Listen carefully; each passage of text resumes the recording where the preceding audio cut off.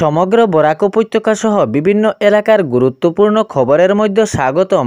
আজ হলো 20 নভেম্বর, 3 অগ্রহায়ণ, বৃহস্পতিবার। আজকের প্রথম খবরটি হলো অসমের মুখ্যমন্ত্রী ডক্টর হিমন্ত বিশ্ব শর্মার ঘোষণা, ঘুষ নিতে ধরা পড়লে পুলিশিয়ে ঘরে যেতে হবে।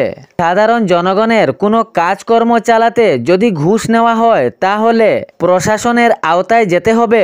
এ অভিযোগে অনেক সরকারি কর্মচারীকে ঘুষের মামলায় পুলিশীয় আওতায় আনা হয়েছে। সাধারণ জনগণের কাজকর্ম করে দেবেন বলে হাত মুঠো খরচ চালানোর জন্য ঘুষ নিচ্ছেন, এরকম ব্যক্তিকে ছাড় দেওয়া হবে না। অতি তাড়াতাড়ি আইনীয় আশ্রয় আনতে হবে। কড়া বার্তা দিলেন অসমের মুখ্যমন্ত্রী ডক্টর হিমন্ত বিশ্ব শর্মা। তিনি জানিয়েছেন, ঘুষ নেওয়াতে যদি কাউকে দেখা যায় তাহলে ছাড় দেওয়া হবে না। অতি শীঘ্রই এই ব্যক্তিকে জেলে আশ্রয় হতে হবে। তিনি জানিয়েছেন, সরকারি দফতরের কোনো কর্মচারী সাধারণ জনগণের কিছু কাজকর্ম করার জন্য এ মামলায় কিছু অর্থ চান, কিন্তু এ বিষয়ে যদি নজরে পড়ে তাহলে ছাড় দেওয়া হবে না। কড়া বার্তা এবং হুঁশিয়ারি দিলেন অসমের মুখ্যমন্ত্রী ডক্টর হিমন্ত বিশ্ব শর্মা। তিনি সঙ্গে আরও জানিয়েছেন, এ মামলায় কড়া নজরদারি রয়েছে। এর পরবর্তী খবরটি হলো আধার কার্ডের অপব্যবহার। অনেকজনেই আধার কার্ডের অপব্যবহার করছেন। ভুল ব্যবহার থামাতে সিদ্ধান্ত ইউনিক আইডেন্টিফিকেশন অথরিটি অফ ইন্ডিয়ার এক নতুন ধরনের আধার কার্ড চালু করার বিবেচনা রয়েছে। ডিসেম্বর মাস থেকে চালু হওয়ার কথা।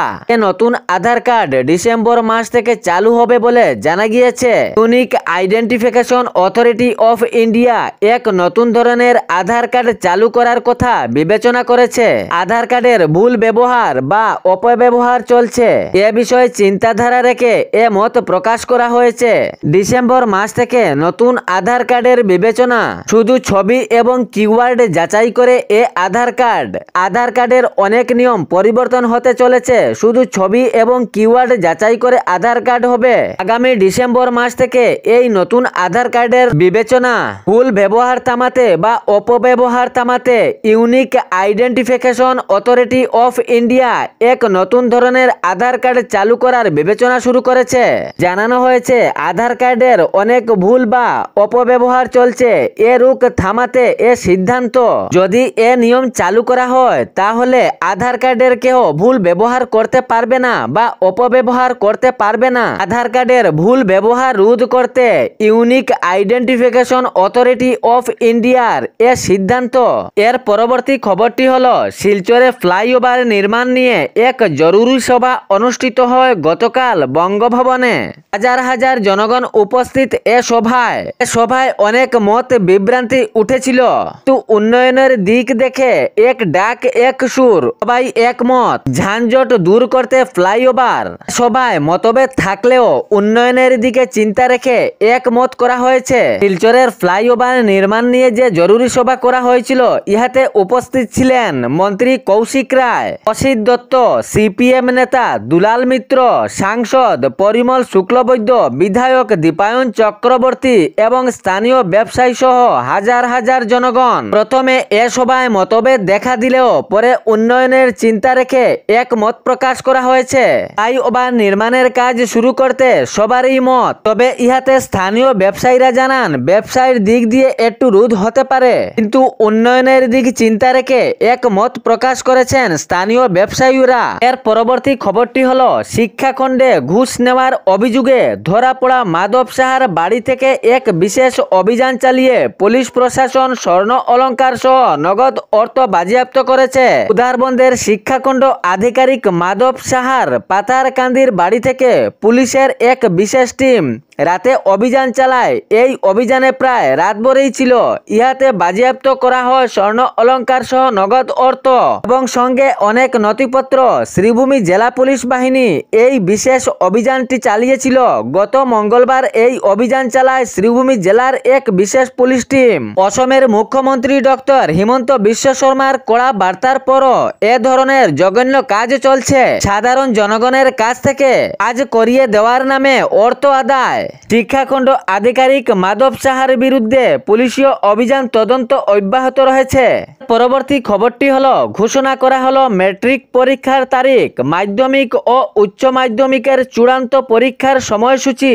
আগামী 10 ফেব্রুয়ারি থেকে অনুষ্ঠিত হবে মেট্রিক পরীক্ষা এবং 11 ফেব্রুয়ারি থেকে উচ্চ মাধ্যমিক পরীক্ষা। 2026 সালের 10 এবং 11 ফেব্রুয়ারি থেকে শুরু হবে মাধ্যমিক এবং উচ্চ মাধ্যমিক পরীক্ষা। অসম রাজ্যের বিদ্যালয় শিক্ষা বোর্ড এর অধীনে অনুষ্ঠিত হবে মাধ্যমিক এবং উচ্চ মাধ্যমিক পরীক্ষা। সামাজিক মাধ্যমে এসে এই বক্তব্য প্রকাশ করলেন অসমের মুখ্যমন্ত্রী ডক্টর হিমন্ত বিশ্ব শর্মা। এর পরবর্তী খবরটি হলো শরিক দল তিপ্রামাথার সমর্থকরা ভাঙচুর করেছে বিজেপির কার্যালয়ের, এমন অভিযোগ। গত মঙ্গলবার গভীর রাতে এই ঘটনাটি সংঘটিত হয়। ত্রিপুরার খুমলুং পার্ক সংলগ্ন রাস্তা দিয়ে যাচ্ছিলেন তিপ্রামথার 3 কর্মী, কিন্তু বিজেপির কার্যালয়ের সামনে আসার পর বিজেপি কর্মীদের সাথে কোনো কারণে কথা টানাটানি শুরু হয়। দেখতে দেখতে পরিস্থিতি উত্তপ্ত সৃষ্টি হয়। সেই মুহূর্তে তিপ্রামথার কর্মীরা বিজেপি কার্যালয়ে ঢুকে ভাঙচুর শুরু করেন। কার্যালয়ের আসবাবপত্র ভেঙে ছিন্ন বিচ্ছিন্ন, সঙ্গে প্রধানমন্ত্রী, মুখ্যমন্ত্রী এবং মহারাজ বীর বিক্রম কিশোর মণিক্য বাহাদুরের প্রতিকৃতিও ভাঙচুর করে নিচে ফেলে দেওয়া হয়। এই ঘটনাকে ঘিরে হাতাহাতিও শুরু হয়েছিল বলে সূত্রে প্রকাশ পাওয়া গিয়েছে। ইহাতে তিপ্রামথার 3 কর্মী জখমও হয়েছেন। জানা গিয়েছে বর্তমান অবস্থায় হাসপাতালে চিকিৎসাধীন অবস্থায় রয়েছেন। এই ঘটনাকে ঘিরে এলাকায় ব্যাপক চাঞ্চল্য সৃষ্টি হয়েছে। পুলিশ বাহিনী এই পরিস্থিতি নিয়ন্ত্রণ আনতে তদন্ত শুরু করেছেন। এর পরবর্তী খবরটি হলো কাছাড়ে ঘরে ঘরে যাচ্ছেন বিএলও। আগামী 22 নভেম্বর থেকে শুরু ভোটার তালিকার সংশোধনীর প্রক্রিয়া। রাজ্যে শুরু হচ্ছে ভোটার তালিকা সংশোধন প্রক্রিয়া।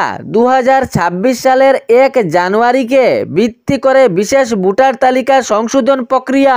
আগামী 22 নভেম্বর থেকে কাছাড় জেলায় এই ভোটার তালিকা সংশোধনী প্রক্রিয়া শুরু। গতকাল একথা সাংবাদিক সম্মেলনে জানিয়েছেন জেলা আয়ুক্ত মৃদুল কুমার যাদব। বিএলও বাড়ি বাড়ি গিয়ে নথিপত্র যাচাই প্রক্রিয়া চালাবেন। 22 নভেম্বর থেকে 20 ডিসেম্বর পর্যন্ত এই প্রক্রিয়ার নির্ধারণ। এ ছিল বরাক উপত্যকা সহ বিভিন্ন এলাকার গুরুত্বপূর্ণ খবর। এরকম নিত্য নতুন খবর পাওয়ার জন্য চ্যানেলটি সাবস্ক্রাইব করে রাখবেন এবং ভিডিওটি লাইক করে শেয়ার করতে ভুলবেন না, যাতে সঠিক সংবাদগুলো অন্যজনের কাছে পৌঁছায়। ধন্যবাদ।